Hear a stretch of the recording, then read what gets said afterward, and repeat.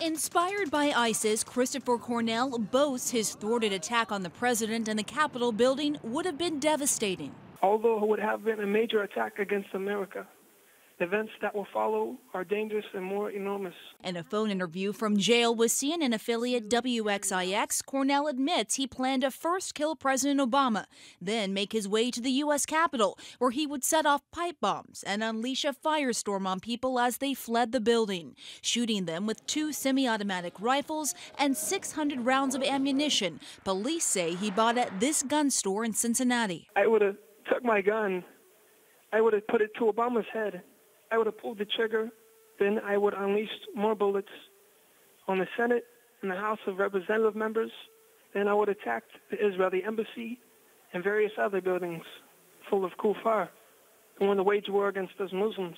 The 19-year-old Ohio man landed on the FBI's radar a couple months ago after allegedly writing about jihad on social media sites. And with the Islamic State, I have connections with many brothers over there.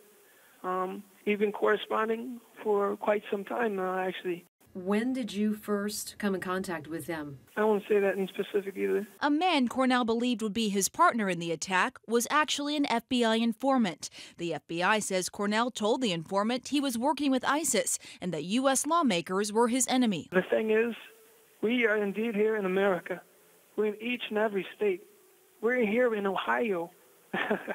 We're here in Ohio. We're in every state. We're more organized than you think. FBI agents arrested Cornell in January. The takedown captured in this image. Just want to give him a big hug and bring him home, because he ain't out to hurt nobody. At first, Cornell's parents staunchly defended their son. My son is not a monster. I'm not just saying that because he's my son. If I thought he was up to something, I would have beat his butt.